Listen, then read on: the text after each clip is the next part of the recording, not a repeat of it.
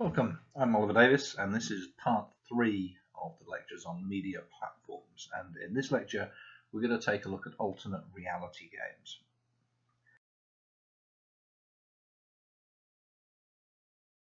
Alternate reality games, or ARGs, or as I prefer to call them, ARGs, because then you get to sound like a pirate, are games which are only really possible thanks to the internet. The internet enables people to interact with ARGs. It is theoretically possible to have an ARG or an ARG that doesn't involve the internet, but in practice it's almost an essential component. So an alternate reality game is composed of a huge number of different platforms. It's not something which exists on one platform, it's an amalgamation of lots of different platforms. Those could be digital, those could be real, those could be actually events or phone conversations. All of them together help to create this overall larger picture of the ARG. And often, alternate reality games blur the line between what is real and what is game. So I'm going to start by going through a few of the key ARG elements. Now, it has to be said that during this lecture, things will probably get more confusing before they get less confusing. So don't be worried if in sort of 5 or 6 minutes you're thinking, Oliver, I understand ARGs even less than I understood them 5 minutes ago, and 5 minutes ago I'd never even heard of them. So don't worry, things will eventually get better. So I've got 4 elements to talk about here: Puppet Masters, TINAG, Rabbit Holes, and the Curtain. So Puppet Masters, these are the creators and the controllers of the game. They're the people that build the game, and they exist not just to build the assets of the game, but also to provide challenges and clues for the players. It's important to highlight that an ARG is a live event. So how players interact with it determines the speed with which the game can last. If players are too slow in solving clues, then the Puppet Masters can assist them and help them, perhaps with a non-player character. If players are getting through it too fast, then they have to create more content. So the Puppet Masters are the people that actually put this all together. And TINAG is an acronym. It stands for This Is Not a Game, which is very much the I guess the sort of philosophy of ARGs. Certainly through the first, 5 or 6 years, this was very much at the heart of all ARGs, was the fact that the game itself portrays an alternate reality, hence the name, and it acts as if that reality is real. So at no point does it break the sort of suspension of disbelief and let you know that it's a game. You will know that it's a game because it involves fantastical or futuristic or just unreal elements, but the game itself continues as if its reality was real. And I've got a quote here which perhaps sums up that whole concept. Alternate reality games really excited me because their core was something I never saw before. The characters believed they were real, and because they believed they were real, they demanded interaction out here in the real world. So in order to participate in an alternate reality game, you had to believe they were real too. You had to play along so that your reality matched their alternate reality, or the story just wouldn't happen. So this is something that's very different from traditional games, whether board or computer or even role-playing. This is quite a different way of interacting. And rabbit holes, well, much like the rabbit hole that Alice fell down into Wonderland, having followed the white rabbit, rabbit holes are entry points to the ARG. So what we see with rabbit holes is typically there are a number of them that exist. They're also sometimes referred to as trailheads, and they exist in lots of different media. So for example, we could see a rabbit hole in a poster. We could see one encoded in a video. We could see an email with a link.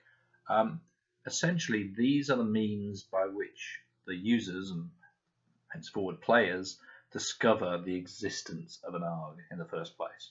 So it could be that you're walking along and you see a poster with a curious image and a website address, and curiosity strikes you and you decide to follow up and see where that website goes to. Well, that would be an example potentially of a rabbit hole that then leads you into the game itself. And the final element is the curtain, which is the separation between player and puppet master. Much like when we go to a play, we enjoy it and we know that there's somebody behind the set, behind the scenery. There's all the people that are sorting things out, the makeup and the costume and props. And we don't, in general, have an urge to dash up and look behind the curtain or behind the scenery and see what's going on. It's generally frowned upon in the theatre. So instead, we sit there and we suspend our disbelief and we enjoy it for what it is. And with ARGs, it's exactly the same. So the curtain is that separation. It's that unwritten rule that says we're not going to probe who is actually behind this game and is making this game. We're going to enjoy it during the course of the game itself. And afterwards, once it's culminated, then it'll be revealed who was actually behind it and we can investigate. And frequently the people behind ARGs, the puppet masters, often put together sort of post-mortems or sort of overviews of what happened during that experience. As I said, we're probably at the point of slightly more confusion now. Don't worry, we're heading towards a place of less confusion altogether. Because we're going to talk about some of the common ARG features. And these are story fragments, collective intelligence or hive mind, multi-platform narrative, and blending of real life. Story fragments because ARGs provide a narrative that's distributed across a wide range of locations. So in order to make sense of that narrative, players need to discover the connections and discover the fragments themselves. So typically, players are looking around to understand through the connection of different websites, of real-life events, to make sense of this narrative. So there's a lot of work involved. It's not a simple task of sitting back and enjoying something. You're actually directly involved with that narrative, and you play a part in that narrative.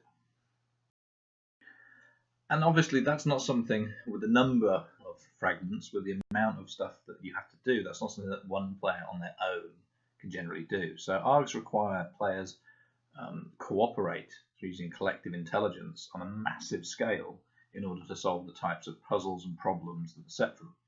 So that means that we see players sharing clues and information and their own expertise in order to advance the narrative, in order to discover new connections. Typically, ARGs will have a place, either a forum or a group of somewhere, where players can get together and discuss. And that could be, for example, discussing a website that they found and wondering whether or not there might be something which is related to the game, or sharing new information, or sharing a clue which they're not sure how to decipher. And we see a huge number of players, tens of thousands of players involved actively trying to solve these puzzles. So it's an extraordinarily powerful collective intelligence. As I've mentioned, they exist on lots of different platforms. So unlike a traditional game, which is typically confined to a particular platform, I go out, for example, and buy a PlayStation 4 game, and that's it. It's for the PlayStation 4. An ARG is something which exists across, potentially, we can see them, PCs, we can see them in real life, we can see them in printed media, every sort of, every facet of media potentially is a platform which part of an ARG can exist on. And those different fragments are just going to be located all over the place. And they blend real life because there are no characters for us to play. We're ourselves, and it's our own knowledge, the things that we've gathered in our own real world life, which enables us to potentially have a hand in solving the puzzles. So it may well be that we've got some knowledge of ancient Sumerian, and that's something which can enable us to solve a puzzle, or it could be that we're an expert in cryptography or stenography. So all of these elements can be useful to us. So now I've talked about a lot of the sort of elements and features. I'd like to put that all together by talking through some examples of ARGs so that you've got a clear idea of what these look like. The example that we're going to use to begin with is an ARG called the Beast. Now, the Beast was widely regarded as the first ARG, and it was based on the movie AI. I'm not a big fan of the movie AI, but that's a topic for another day. And it has to be said, you didn't need to know an awful lot about AI in order to get involved with the ARG itself. And there were 3 rabbit holes initially as entry points to the game. There was a poster that listed Janine Sala as a sentient machine therapist. There was an encoded phone number in one of the trailers. And there was a promotional poster that had a hidden clue. Evan Chan was murdered, Janine is the key. And that was it. That was the only way that you could find out that this thing even existed. So let's imagine that you saw that poster that said Janine Sala as a sentient machine therapist. Now, obviously, there's no such thing as a sentient machine therapist, so you might have just sort of thought, well, that's quite curious, I'll Google it. If you Googled Janine Sala, that led you to a web page of her fictional employer. And if you went there and visited her page, you would find her profile, and that gave a link to her granddaughter's personal page and her phone number. And if you then phoned her, you'd then find a phone message which led you to the page of Evan and Nancy Chan and the discovery that Evan Chan had died in a boating accident. Or had he? Because that threw you into an investigation into Evan's death and a huge conspiracy. And the game interacted with you. It wasn't just you interacting with the game. So, for example, players would get home and find messages like this on their answer machine. Good evening, meat. The year is 2142 and we are done with you.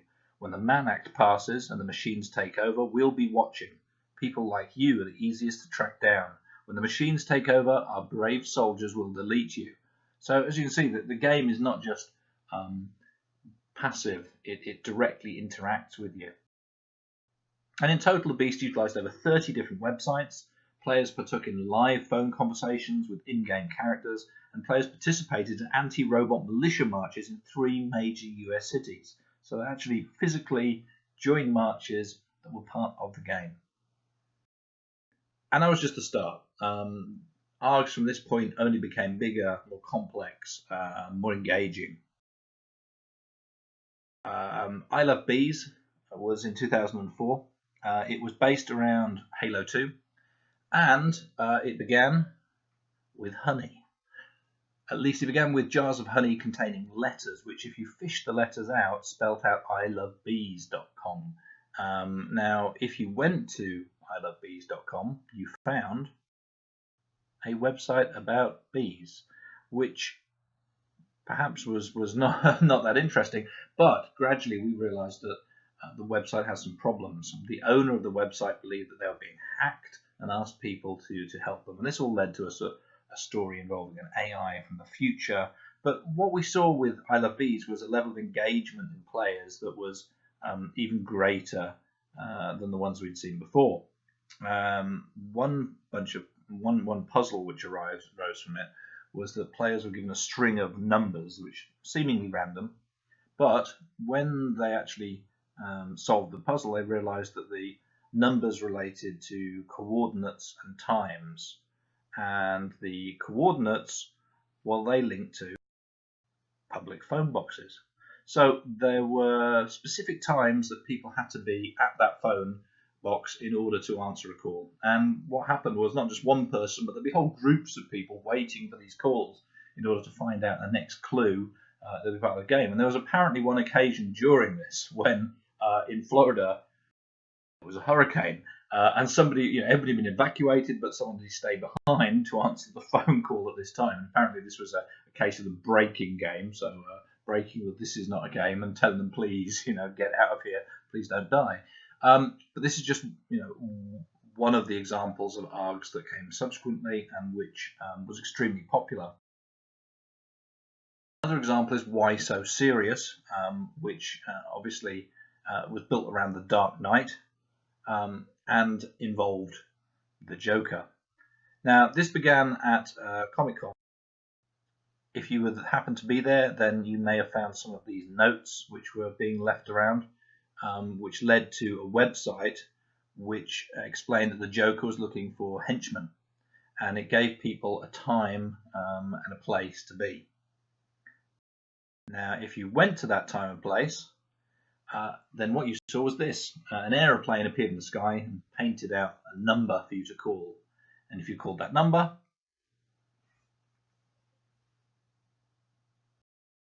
well, you eventually ended up here in a series of adventures joining the henchmen of the Joker, which took place all over San Diego, and which eventually led to one player seemingly being kidnapped by the mob, and this article officers discovering the body of the dead clown a few blocks from the site of the abduction.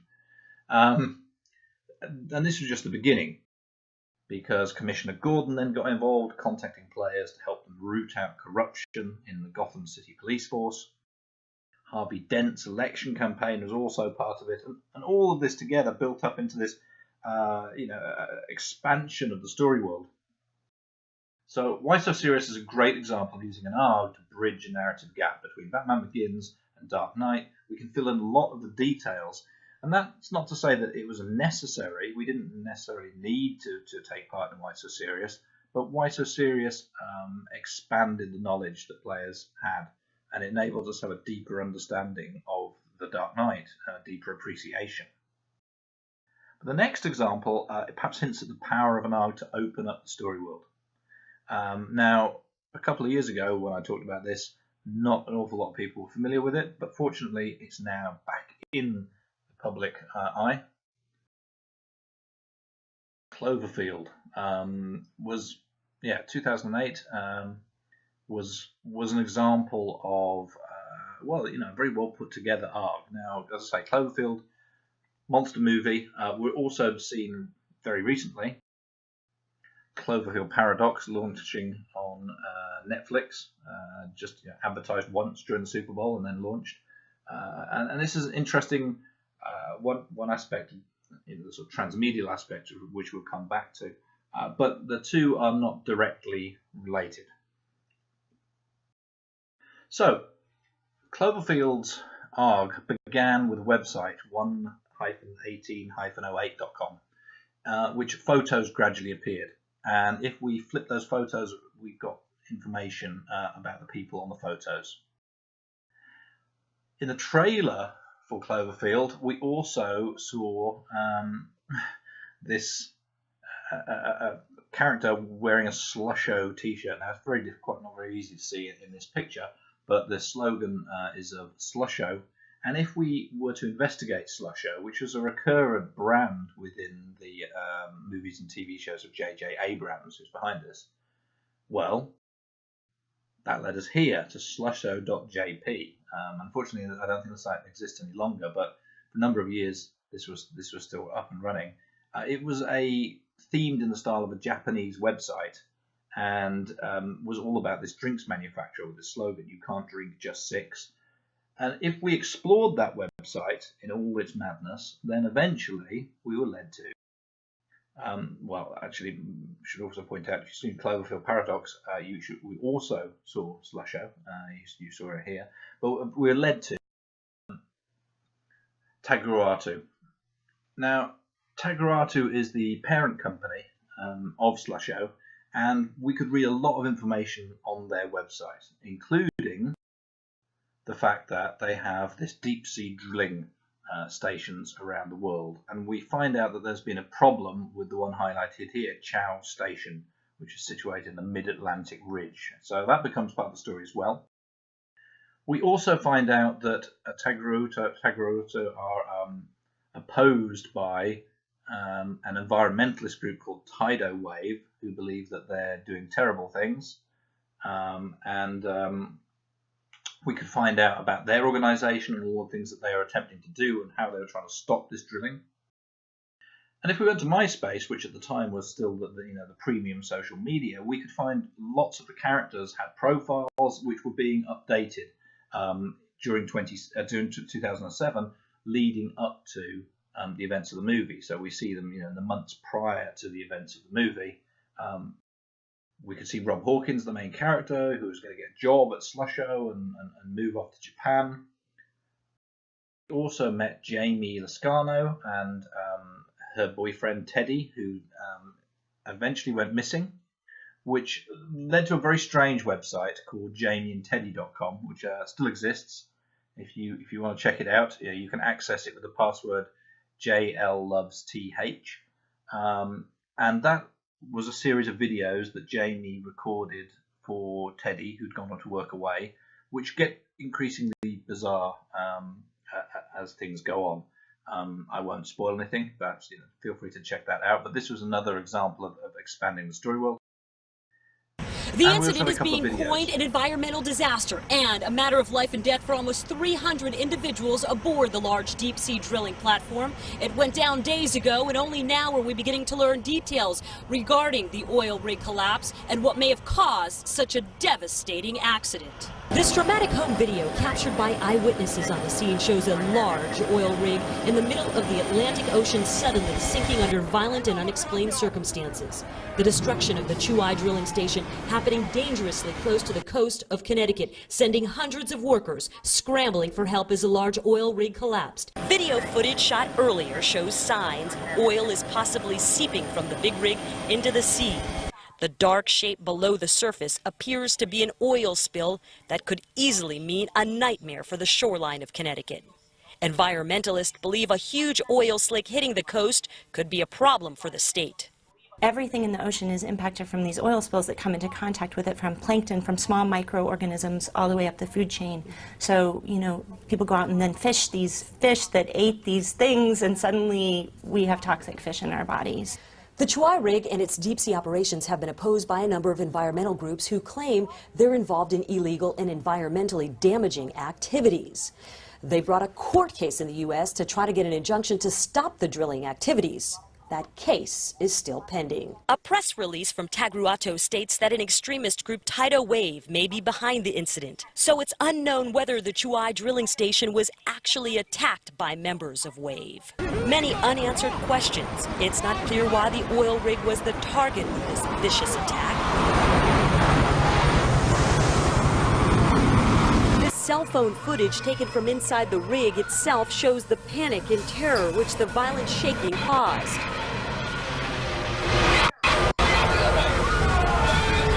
The final extraordinary clip clearly shows the sheer speed and power of the sinking vessel. It appears that the oil rig is being sucked down at a dramatic rate, but what caused the shower of debris that followed remains a matter for intense speculation.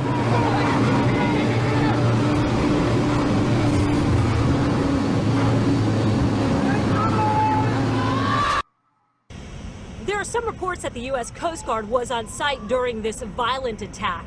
No word on if there are any survivors. While the nature of the disaster has yet to become clear, it is likely that the real impact is still yet to be felt. Once again,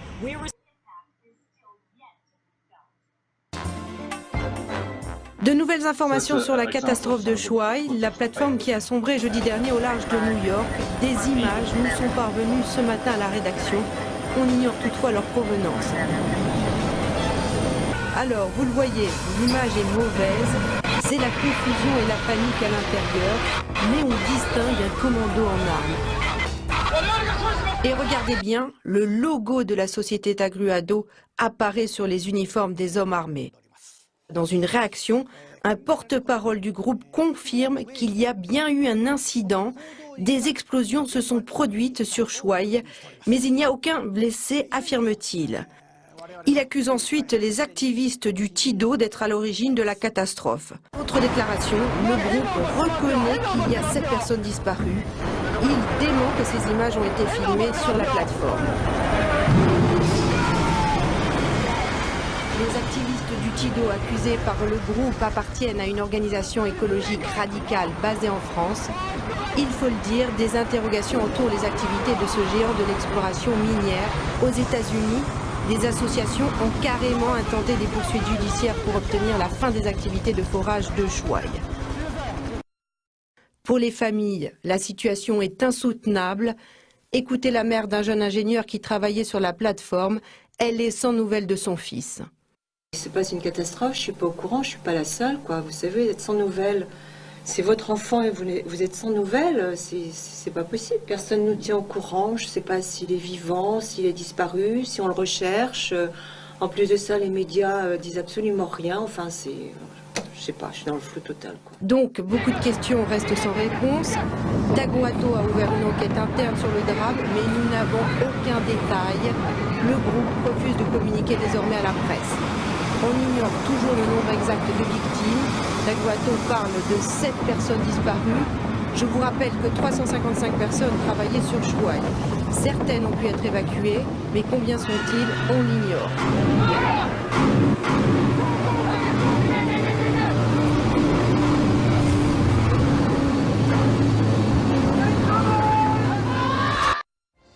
Voilà ce que l'on pouvait dire ce soir. De una historia asombrosa. Han salido a la luz 3 cortas y dramáticas secuencias que parecen mostrar la violenta pérdida de una gran plataforma de perforación en alta mar. La plataforma parece ser la estación Chuai, que se encuentra en medio del Atlántico y se hundió hace unos días, aunque no ha habido confirmación oficial del incidente. Esta imagen, tomada desde un helicóptero, acercándose o alejándose de la plataforma.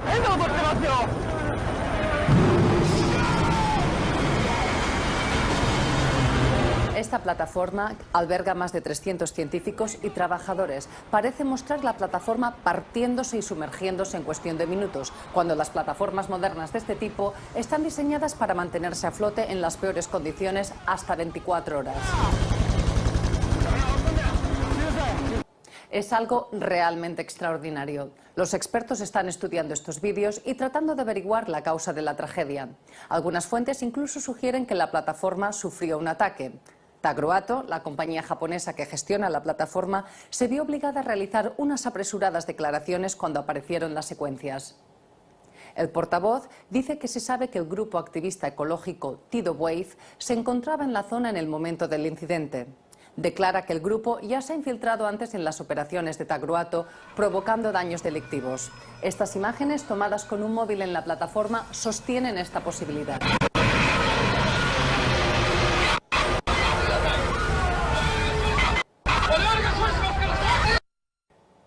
Sea cual sea la causa, la violencia del evento quedó registrada en el Centro Sismológico de Ribadeo, aunque los científicos del centro han expresado sus dudas acerca de si se pudo tratar de una explosión provocada. La vertiginosa velocidad, la escala y lo dramático de este incidente quedan claros en esta última y terrible imagen, tomada aparentemente por los miembros de la tripulación en su huida.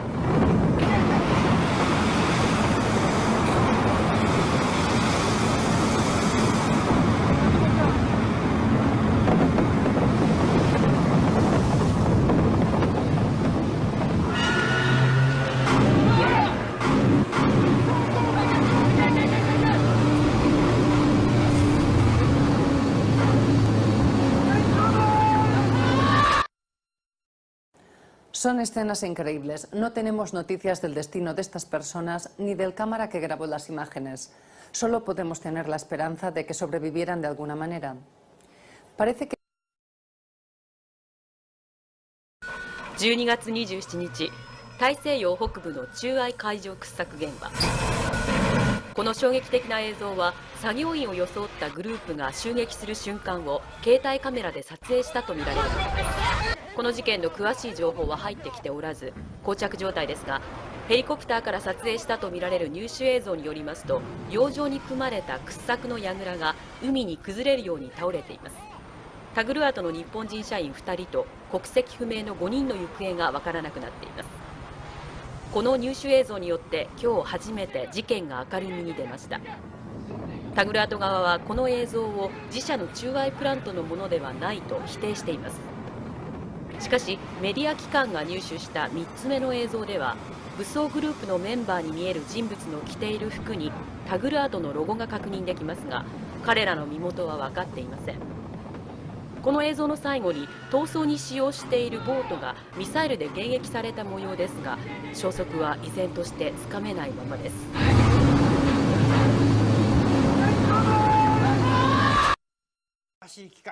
タグルアトは石油事業より清涼飲料メーカーとして知られ、その経営の実態は不明瞭です。今日東京本社で会見が行われましたが、その対応は遅いものでした。今回の事故で、全員避難でき、死者は出ておりません。しかし会見の内容と後に発表した声明文との間に食い違いが指摘されています。数時間後に英語で出された声明文では、2人の日本人現場作業員が行方不明であることを認め、すでにその家族には連絡してあると明記されています。現段階では事実確認は難しい状況であるにもかかわらず、タグルアト側は名指しである環境団体からの抗議行動であるとの主張を崩していません。考えられることに、ティドウェーブ、この行動員が現場近くにいたことを確認しております。ただし、どのようにして犯行が行われたのかは現在も謎に包まれたままで、また一方でニューヨークに向かって航行中のノルウェー船籍のタンカーハブビント号がこの海域で消息を絶った件とも何らかの関係があるとみられています。タグルアトは日本で短期間に急成長を遂げた企業で、吉田代表はスラショーという清涼飲料で注目を集めたカリスマビジネスマンである一方、表舞台にその姿を現さないことでも知られています。現段階でのタグルアト側からの発表はこれ以上見込めない模様です。行方不明者2人の安否を含め、依然事件は多くの謎に包まれたままで、タグルアトに対して与えたダメージは大きく、深い爪痕を残す形になりました。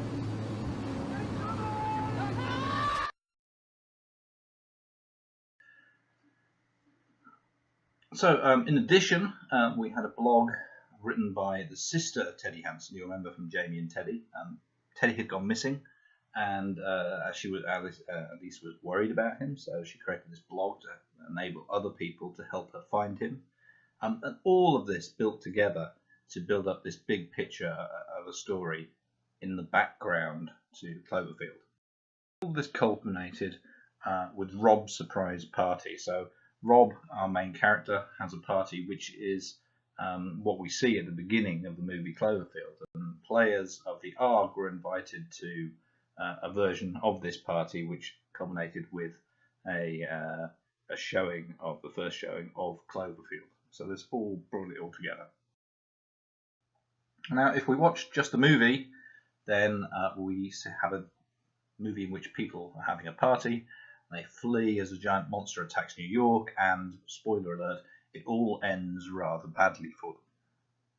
However, if we played the ARG as well, we knew all the characters involved, so we're much more invested. We knew that Rob's getting a job at Slusho in Japan.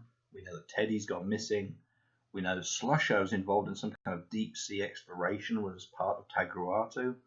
We know that Tidal Wave believed Taguruato were damaging the environment, and that the deep-sea drilling rig Chow Station has sunk in mysterious circumstances. So we know a lot more about this world and the events going on than we possibly can in just the movie. Now, one question which I get asked occasionally recently is Cloverfield transmedia?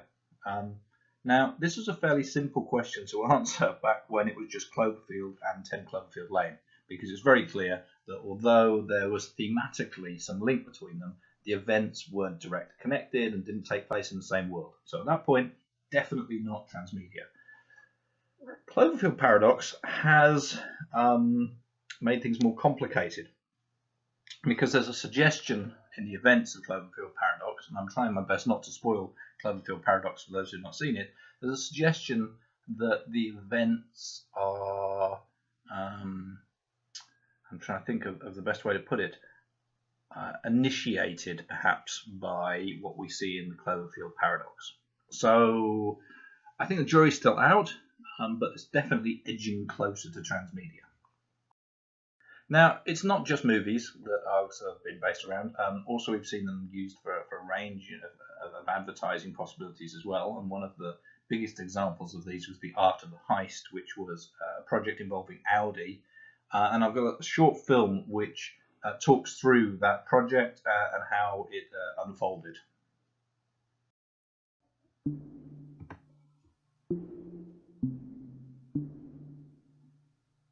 What was the art of the heist? In its simplest terms, it was a spy movie come to life, based around the theft of the first Audi A3 in America.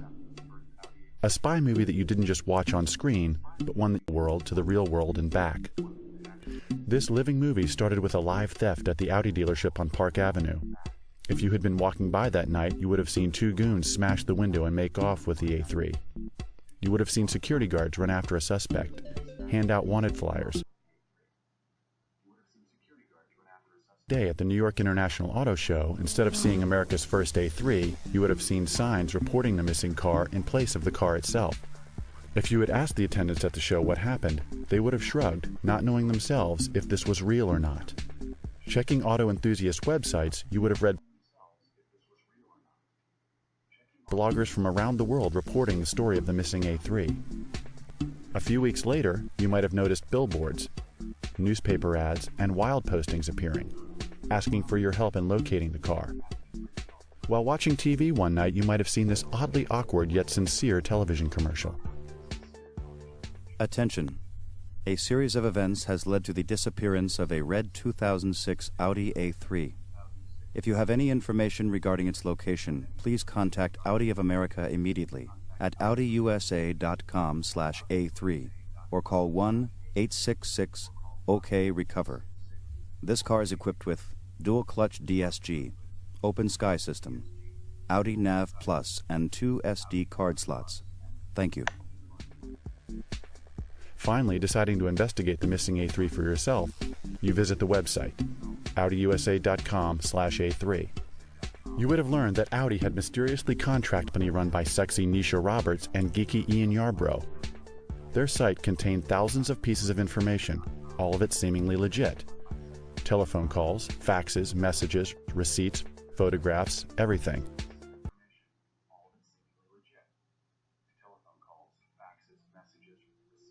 The legitimacy of last resort retrieval, as their services had been advertised in the classifieds of high-end magazines for months. To make things a little more interesting, Nisha Roberts even has an admirer who offers to help find the car, video game designer Virgil Tatum, who has his own realistic company and website called VirgilKingofCode.com. He was interested in designing a game based around Nisha's exploits, but that wasn't all. He wants to get the car back in hopes of striking a lucrative deal with Audi that would allow him to put their cars into his games. If you had been at E3, the largest video game expo in the world, you would have been able to talk to Virgil, ask him questions in person, see him meet real video game designers, and give an interview in character that was aired on the VH1 Top 20 Video Countdown. But no matter where you came into the story, you would have met Todd, a blogger who had been intently following the action from day one, a character who acted as a modern-day Greek chorus, neatly and cleanly laying out the information so that you could catch up on what you had missed and continue to learn more. From his site, you might have stumbled onto the viral films hidden in emails, like Easter eggs, that would allow the casual observer to follow the story like a traditional movie.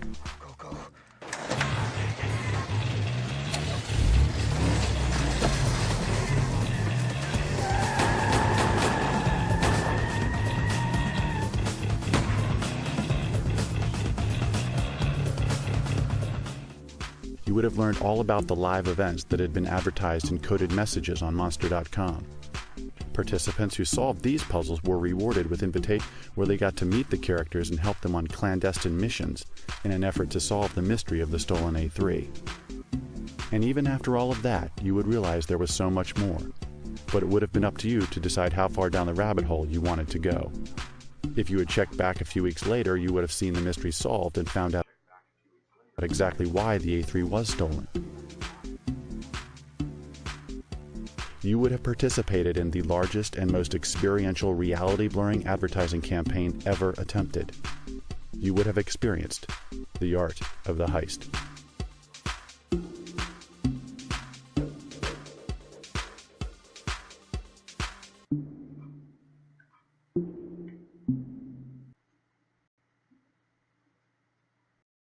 So when it comes to ARGs, we see that they have this great capacity to drive players to other media. So they can be used to bridge gaps, to provide direction, to get people interested and intrigued by something.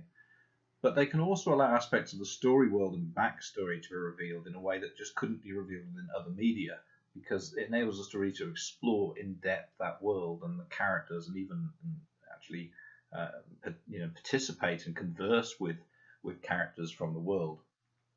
And they can exist in a live state for months at a time. Some of them run for only a couple of weeks, and some of them run for 2-3 months at a time, from the first starting point to the final end. And I'd like to finally talk a little bit about the types of experience that have emerged from all of the things we've talked about in media platforms. Ingress is an example of that, which is a project by Niantic Labs. It's a science fiction themed, massively multiplayer, GPS-based, augmented reality exagame that's got some ARG elements, and it's also got some RPG elements. So quite a mouthful, quite a lot to get your head around. It's based around a concept of two sides that are competing for control of portals. And although it's relatively small compared to Pokemon Go, it still is a game with several million players, and has a lot more depth and complexity to it, both in terms of the game mechanics, but also in terms of the involvement with players than Pokemon Go. So we see a whole story which exists alongside the game, and which players participate in, and potentially in a sort of collaborative way. So this was the precursor to Pokemon Go. The data for all of the points, all of the places that you have in Pokemon Go were generally crowdsourced within Ingress, first of all, which in itself was based on Google Maps. And Ingress is perhaps a preview of the types of gaming experience that are set to appear in the next few years. Obviously, we've seen Pokemon Go, which, as I said, is a little less complex, a little more basic in terms of its mechanics, but which relies upon very similar elements to Ingress.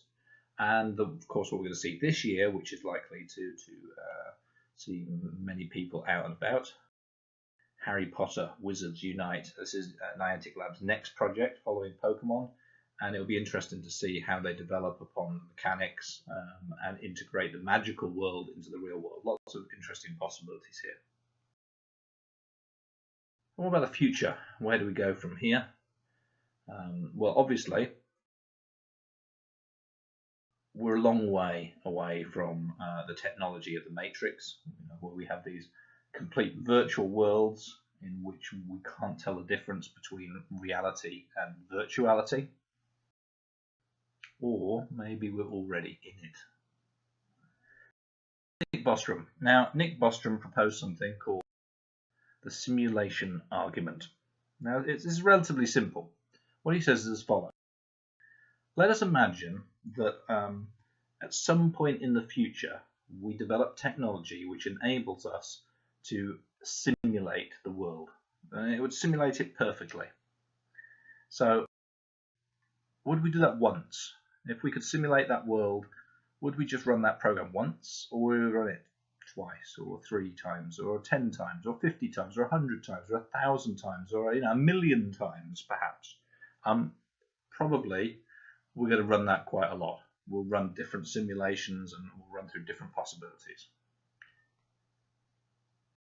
And the thing about the simulation is that the inhabitants of that simulation, because it's a perfect simulation, the inhabitants would have no idea that it was actually a simulation. For them, it would be completely real.